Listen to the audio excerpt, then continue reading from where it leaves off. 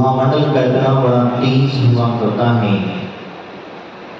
कि करोड़ों सूर्य भी अगर उसके सामने आ जाए तो उनका भी प्रकाश फीका पड़ जाएगा। ऐसे सूर्यमान प्रकाशमान जिसको हम कहते हैं वो सुंदर भामंडल हुआ करता है।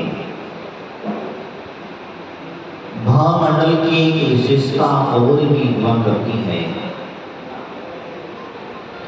उस भामंडल के अंदर में 3 कोठे होते हैं, 1 2 3 है ना। तो वह हमारे 7 भवों को दिखा दिया करता है।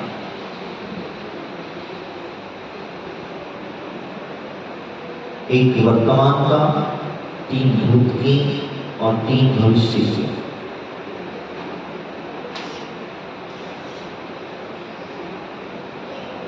भूतकाल में आप कौन कौन सी पर्याय से निकल करके इस मनुष्य पर्याय को प्राप्त हुए हैं, जो 3 पर्याय हैं उनको बताता है। और भविष्य में यहाँ से मरण करने के पश्चात आप कौन कौन सी पर्याय को धारण करोगे, ये शास्त्र से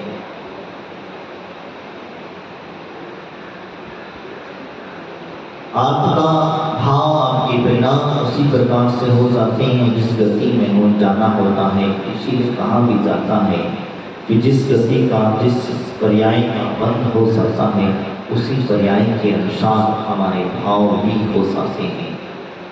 जैसे मति होने लग जाती है, जैसे आपके नरक गति का बंध हो गया है तो नारकी जीवों के जो भाव होते हैं, वही भाव आप मरण से पहले भी वेदना आदि के भाव जो है उस समय पर जीव के ऊपर नजर आने लग जाएंगे। तो समझ लेना कि ये मनुष्य नरक गति को चला गया है। भले तो स्वर्गवासी भी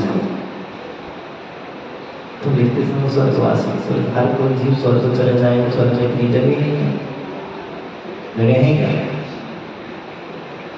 सारी जगह सीमित है,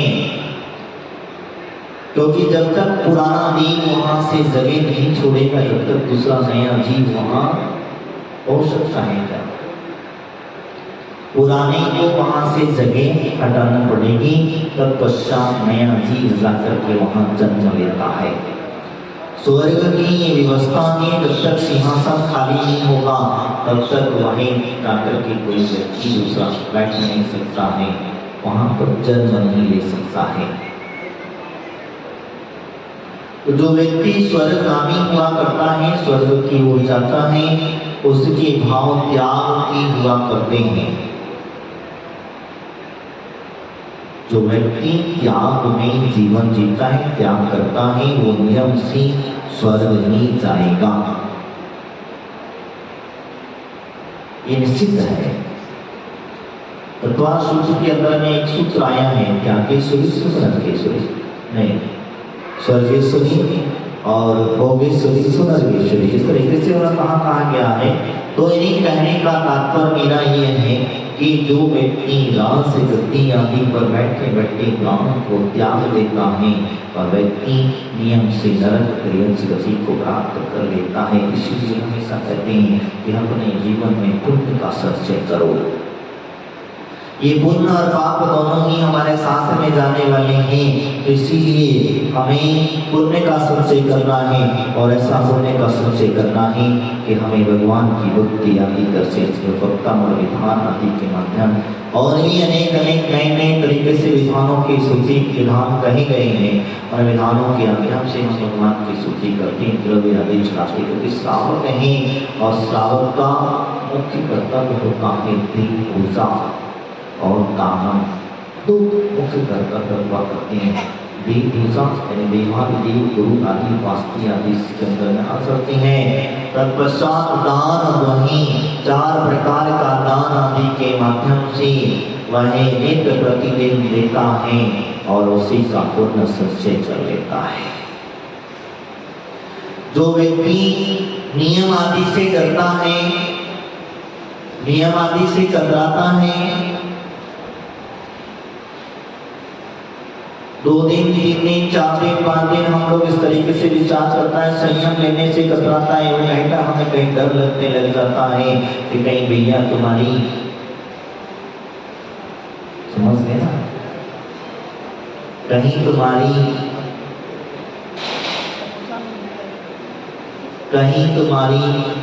नरक आदि गति तो नहीं बन गई।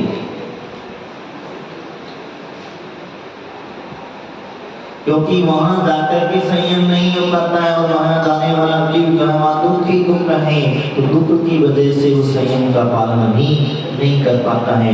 इसलिए मेरे भगवान जीवो, जब समय मिलता है, मौका मिलता है, तो शरीर है, इसको कितना भी खिला दें तो उतना भी कुछ भी चल लें, हम इससे हाथी में रोग ही उत्पन्न करने वाला है। हम लोग कुछ दीखा के वशीभूत होकर के हम लोग इस शरीर के अंदर में अशुद्ध द्रव्यों को खा जाते हैं, रात्रि आदि भोजन को कर लेते हैं, तो ये सारा का सारा हमारे लिए दुष्परिणाम उपस्थित होता है। हम लोग विचार करते हैं, घर में रहते हैं, परिवार में रहते हैं, महाराज घर की छूट है, बाहर की छूट रखें,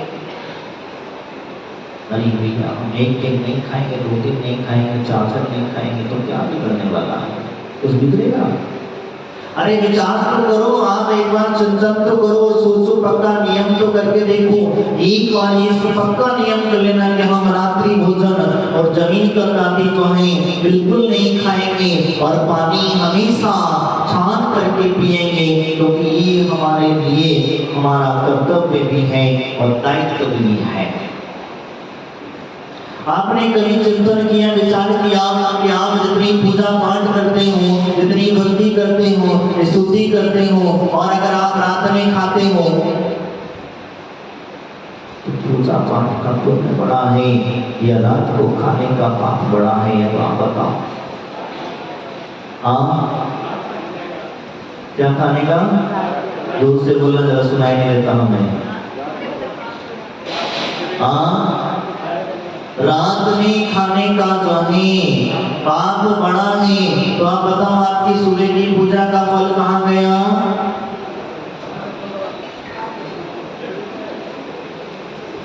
मैं वही कहता हूँ, सुबह आप पूजा करते हो, बढ़िया सुंदर सुंदर पूजा करते हो, अभिषेक करते हो, बहुत भक्ति से पुण्य कमाते हो, लेकिन वही पुण्य कितने क्षण का है, 1 घंटा 2 घंटा आधा घंटा, लेकिन वही तुम अगर जमीन का अन्न खाते हो, आप सोचो जरा माइक्रोस्कोप से देखना, उस आलू के अंदर में कितनी जीव बिलबिलाती हैं, और उन जीवों को बड़े शौक से खा लेते हो। क्या करें महाराज, इसके बगैर कोई सब्जी नहीं मिलती। अरे मेरे चैनी, और तुम कहते फिर चैनी है। हम लोग ये विचार करते हैं, छोटे छोटे बच्चों को भी हम रात में खिलाने की आदत डाल देते हैं, क्योंकि माँ बाप भी खाते हैं तो बच्चे क्यों नहीं खाएंगे? फिर बच्चों को देनी बनाने की जब बात करते हैं, जब कहीं विचार बन जाता है, महाराजों के पास जाकर के पहुंचते हैं और आदि देने के लिए जाते हैं, तो महाराज कहते हैं समझना उनका मतलब,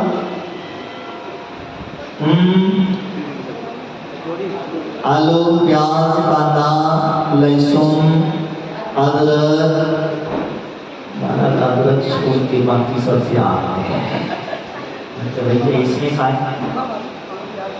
हाँ,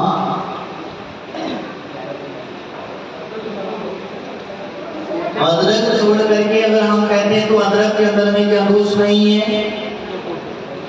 जमीन के अंदर में जो वस्तु हुआ करती है, जो कच्चा रहता है, हरा रहता है, तब तक उसके अंदर में जीव जंतु हुआ करते हैं, और जब पक जाता है यानी सूख जाता है, तब पश्चात उसे हम यूज कर सकते हैं, कोई दोष नहीं है। तो मैं आपसे कहता हूँ मेरे जैनी भाइयों, आप एक स्वाद के लिए क्या करते हैं, कितनी जीवों की हिंसा कर लेते हो, कितने जीवों का हम भक्षण कर लेते हैं, और एक तरफ अगर आपके सामने कोई मांस ला करके रख दे तो क्या करोगे? ये नौनी हरकत करोगे, उसे देख करके नाक सिकोड़ लोगे, अरे हटाओ हटाओ हटाओ यहाँ से हटाओ, क्या गंदगी चीज यहाँ लेकर के आ गए। और लेकिन आप उस अदरक के अंदर में जीवों को भक्षण कर ले रहे हो, तो वो क्या दम है? रात्रि के अंदर में तुम भोजन कर रहे हो, वो भी तो मांस के बराबर खाने के बराबर कहा गया है। लेकिन सिद्धांत तो वही कहता है तो या तो साक्षात खा लो या फिर उसको रात्रि का भोजन जो है वो त्याग कर दो, तो आपके जीवन का सार्थक है। अन्यथा आप जानो मानेगा। तुम्हें अगर अच्छी गति का जाना होगा, देवगति आदि की ओर बढ़ना होगा, तो आप हमेशा त्याग करते हुए चले जाओगे। इसके बगैर हमारा जीवन भी चल सकता है, इसके बगैर भी हमारा जीवन चल सकता है। अब कहते हैं महाराज हम बाहर जाते हैं, बाजार में जाते हैं, बाहर व्यापार आदि के माध्यम से जाते हैं, तो वहां तो सब यही मिलता है। अरे ऐसा कैसे कहते हैं अपने को यही मिलता है? आपका नियम तो पक्का करो, आप तो पक्के बनो। बड़े बड़े सुंदर सुंदर फल मिलते हैं, मिलते कि नहीं मिलते? घर से 4 पराठे 10 पराठे बना के लेता, 2-3-4 बढ़िया दूध के पराठे लेता। कौन है किसने मना किया तुमसे? हाँ, तुम 2 दिन 3 दिन 4 दिन 6 दिन कितने दिन भी चलाओ, दूध का पराठा कभी खराब नहीं होता। दूध की पूरी जो कहते हैं जो है, पहले के लोग जो हुआ करते थे जब बाहर जाया करते थे तो बाहर जाते समय अपने साथ में सत्तू जिसको कहते थे पानी में घोला और दिया, मस्त आराम से चलती है। व्यापार आदि के लिए जाया करते थे तो वो इस प्रकार की व्यवस्था अपने साथ में लेकर के जाते थे और जाते समय वह किसी प्रकार का विकल्प नहीं हुआ करता था। अब कहीं पहुंच जाते थे, जैसे किसी दुकानदार के पास, सेठ के पास पहुंच जाते थे तो उसे पता होता था कि भैया ये रात में नहीं खाते, जमीन का नहीं खाते, कादू लहर प्याज लहसुन आदि नहीं खाते, इनकी व्यवस्था उसी तरीके से करिए। तो सामने वाला व्यक्ति तुम्हारे त्याग के प्रताप से अपने यहाँ कोई ना कोई मिल जाता है।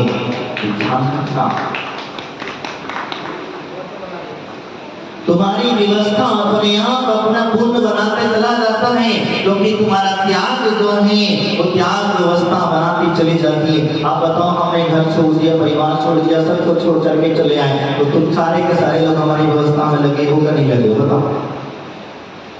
बताओ हम एक घर छोड़ा, एक परिवार छोड़ा, आप सब हमारा एक परिवार कर गए। हमें बड़े मनाने करके नहीं खाते, नहीं महाराज थोड़ा सा तो ले लो, महाराज मना करके खिलाते हो, बहुत मना करके खिलाते हो, तो तुमको कोई मना के खिलाता है? हाँ, खाना है तो खाओ, नहीं तो मेरा कहने का तात्पर्य यही है तो जो व्यक्ति त्याग करता चला जाता है वो हमेशा ऊपर उड़ता चला जाता है। उसकी व्यवस्था धर्म किया करता है, उसकी व्यवस्था धर्म की व्यवस्था बन जाया करती है और उसकी पुण्य जो इतना तीव्र कर लेता है तो वो जहाँ भी जाता है, जिधर भी जाता है, जिस गली में, जिस मोहल्ले में, जिस जगह पर भी जाएगा वहाँ व्यवस्था अपने आप बन जाएगी, उसे बनाने की आवश्यकता नहीं पड़ेगी। तो इसीलिए मेरी माताओं पुरुषों नियम से भी वही कह रहा हो, जब कहीं महाराज आपको त्याग कराएं तो 1 दिन 2 दिन 3 दिन मत कहना। बड़े करीब श्वास पहले स्टार्टिंग करते हैं 1 दिन से महाराज करो तुम्हारा चल ठीक है 2 दिन, फिर कहते नहीं महाराज चल ठीक है 3 दिन, मैं कहता हूँ तुम्हारा महाराज ठीक है 1 हफ्ते, अब तो मान जाओ। महाराज बेचारे सीधे साधे बोले चल ठीक है। लेकिन झूठ बोल करके नियम मत लेना। कहीं आपने महाराज ने कहा हूँ 1 वर्ष, तो कहते नहीं महाराज 1 घंटा,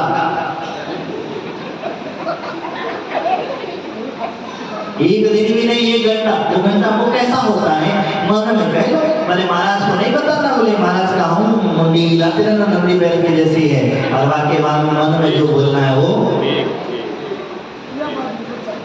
तो ये महान पाप का संचय करते हो, क्योंकि मायाचारी करते हो, और मायाचारी किसके सामने कर रहे हो? हमारे महाराजों के सामने जो रत्नात्रय के नारी हैं, परमात्मा जी मोक्ष मार्ग पर चल रहे हैं, उनके समक्ष मायाचारी करोगे तो नियम से लंबी सूद वाले बनोगे। मैं नहीं जानता क्या बनना है, तुम देख लो,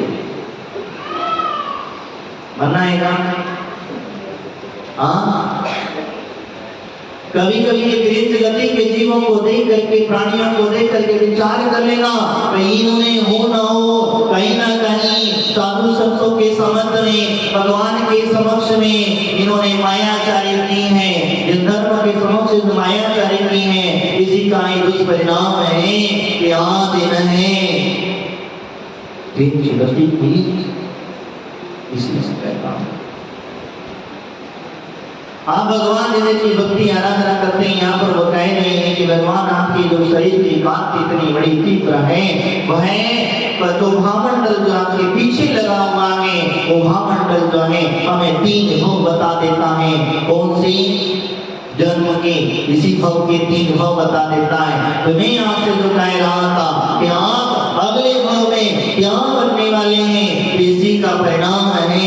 इसीलिए मेरे भक्त आत्माओं, जब कभी भी हम भगवान के दर्शन आदि करते हैं तो ये हमेशा हमेशा हमारे घरों के अंदर में त्याग रहना चाहिए। हमारे घरों में किटी पार्टी शादी आदि में ये त्याग होना चाहिए। तो रात्रि भोजन बिल्कुल निषेध होना चाहिए। हमारे यहाँ की जो पंचायत है, ये पंचायत ने भी निर्णय लेना चाहिए। जिस घर में, जिस परिवार में रात्रि भोजन बनेगा, रात में दावत मिलेगी, हम उस घर में पंचायत में नहीं जाएंगे।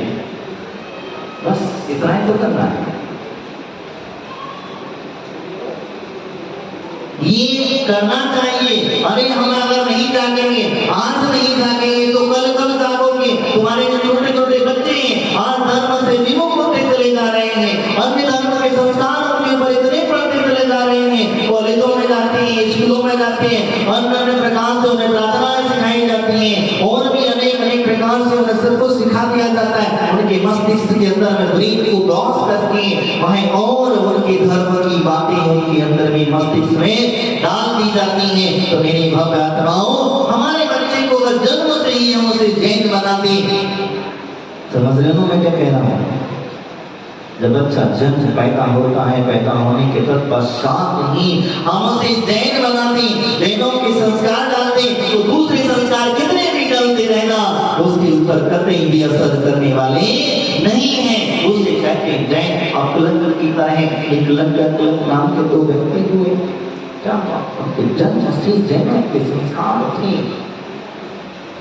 पढ़ने के लिए भले ही दूसरे के यहाँ चले गए, उन्होंने उनके जैसा भेष बना लिया, लेकिन वास्तविकता अंदर से जो सत्ता थी वो जिनेंद्र भगवान के प्रति थी। और जब जब भी कहीं बात आई तो कहते हैं जिन धर्मों के प्रति इनकी आस्था इतनी तीव्र थी, तो कहते हैं कब क्या हुआ, उनके आश्रम में, जिस आश्रम में पढ़ने गए थे, वहां पर होता ये है कि पता चल जाता है कि यहाँ कोई ना कोई हो ना हो, कोई जैनी व्यक्ति है, कोई हो ना हो, यहाँ पर कोई जैनी व्यक्ति है। और इसी वजह से उन्होंने क्या किया, खोजबीन की, पता लगाया तो 2 निकले। अब इन्होंने कहा यहाँ से भाग लो, नहीं तो ये बन गए काम से। वो मात्र गए थे इसलिए कि मात्र अन्य धर्मों की जानकारी लेने के लिए, पढ़ने नहीं गए थे वो, उनका पढ़ने का कुछ काम नहीं। उनकी आस्था, उनकी जो श्रद्धा थी वो तो मात्र जिन धर्म के प्रति थी। और यही बात को समझने गए थे कि जिन धर्म के विरुद्ध क्या क्या शब्दों का उपयोग किया जाता है, कैसे कैसे शब्दों का उपयोग किया जाता है, ये सब जानने के लिए वहां गए थे। इसमें से एक भाई अपने प्राण गवा देता है, दूसरा भाई जो है रानी चेंगासोरी, वह जिन धर्म की इतनी बड़ी ध्वजा को फहराता है और लोगों तक जिन धर्म की व्यवस्था को बता देता है। तो मैं भी आप लोगों से कहना चाहता हूँ कि आप भी अपने घरों में, अपने परिवार में ये बात निश्चित कर लें, कुछ नहीं होता, कोई बिगड़ने वाला नहीं है, कुछ बिगड़ने वाला नहीं है। अगर आपको स्वस्थ रहना है, आपको पाप से बचना है, आपको पुण्य कमाना है, आपको ऊर्ध्वगामी करना है, ऊपर जाना है, तो फिर त्याग कर लेना। और नीचे जाना है तो इससे डबल और टिबल, ट्रिपल, 4 पर 5 पर और साक्षात मिले तो भी खाते रहना, मैं नहीं कहूँगा। तो कि दोनों बराबर है, एक ही बात हमारे आचार्य स्पष्ट कह रहे हैं, दोनों बराबर हैं। इसी इच्छा में हम क्या करें? हम अपने आलसी प्रमादी की वजह से होता ये है कि हम रात्रि का भोजन जो है, शाम का भोजन जो है, सुबह का भोजन शाम को करते हो, शाम का भोजन रात्रि करते, पाते ज्यादा पेट में बीमारियां तुम्हारी पली है। इससे बच जाओगे रात्रि का भोजन करने से, क्योंकि हमारे वैद्य शास्त्रों के अंदर में एक प्रकरण मिला है, वो कहते हैं कि दिन में भोजन करो, सूर्य अस्त रहते सूर्य के रहते भोजन कर लेना, जिससे जो है शरीर में जो खाया है वो थोड़ा बहुत पच जाएगा, और पच जाएगा तो वो आपको किसी प्रकार की बीमारियां भी उत्पन्न नहीं करेगा। इसीलिए कहा है ठीक है, अगर आपको इतना ही डर लगता है कभी कभार औषधि आदि लेना पड़ती है तो औषधि आदि की छूट, लेकिन तो रात्रि भोजन सुना करो, तुम्हारी पहचान बन जाएगी। और ऐसी पहचान बन जाएगी कि आपको तो एक व्यक्ति नहीं 10 व्यक्ति हजारों पूछते फिरेंगे, भैया जी रात में भोजन नहीं करते हैं। तो एक बार तो पता थोड़ी सी स्टार्टिंग में थोड़ी परेशानियां होती हैं, और जैसे एक बार लीक बन गई, एक बार आदत पड़ गई, वैसे ही आदत पड़ जाती है। अब जो माताएं बहनें हमारी रात में नहीं खाती, दिन में खाती हैं, उनसे कुछ रात में करो, मर जाएंगी। उन्हें कहा हमें मार देना कोई बात नहीं है, हम नहीं खाएंगे तो नहीं खाएंगे, हमारा जीवन सिर्फ नहीं के लिए आपका महत्व समझती है। इसी वजह से उनकी व्यवस्था हर जगह हो जाती है, जहाँ जाती, जिस घर में जाती, जिस तरफ जाती, वहाँ की व्यवस्था हो जाती। पता है भैया फलाना सब आएंगे, उनको रात में नहीं खाते, रात में चलता है व्यवस्था।